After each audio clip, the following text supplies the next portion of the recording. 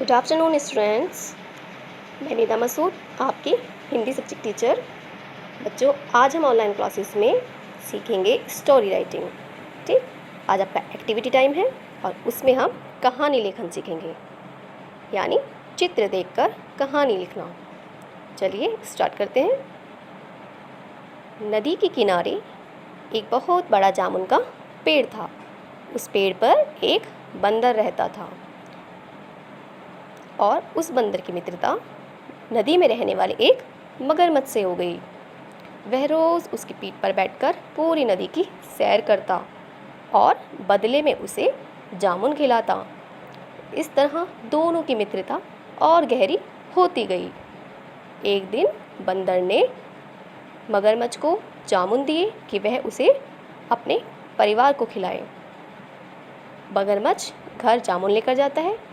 घर जाकर वह अपनी पत्नी को जामुन खिलाता है। जामुन खाकर पत्नी बहुत खुश होती है और वह अपने पति से कहती है कि मुझे उस बंदर मित्र का दिल खाना है।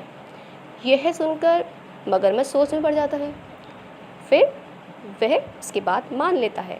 अगले ही दिन वह बंदर के पास जाकर उससे कहता है कि ऐ मित्र, आज तुम मेरे घर दावत पर चलो।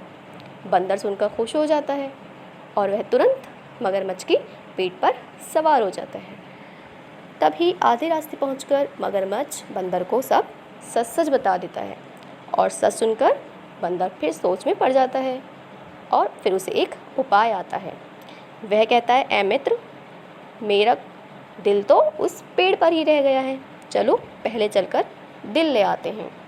यह सुनकर मगरमच्छ वापस पेड़ की तरफ चल पड़ता है। पेड़ के पास पहुंचते ही बंदर उछल कर पेड़ पर चढ़ जाता है और वह अपने मित्र से कहता है, ऐ मित्र, तुम मुझे धोखे से अपने घर ले जा रहे थे, इसलिए मैंने तुमसे झूठ बोला। इस तरह दोनों की मित्रता खत्म हो जाती है और मगरमच्छ पछताकर वापस चला जाता है। इस कहानी से हमें यह सीख मिलती है कि मुश्किल समय में समझदारी से काम लेना चाहिए।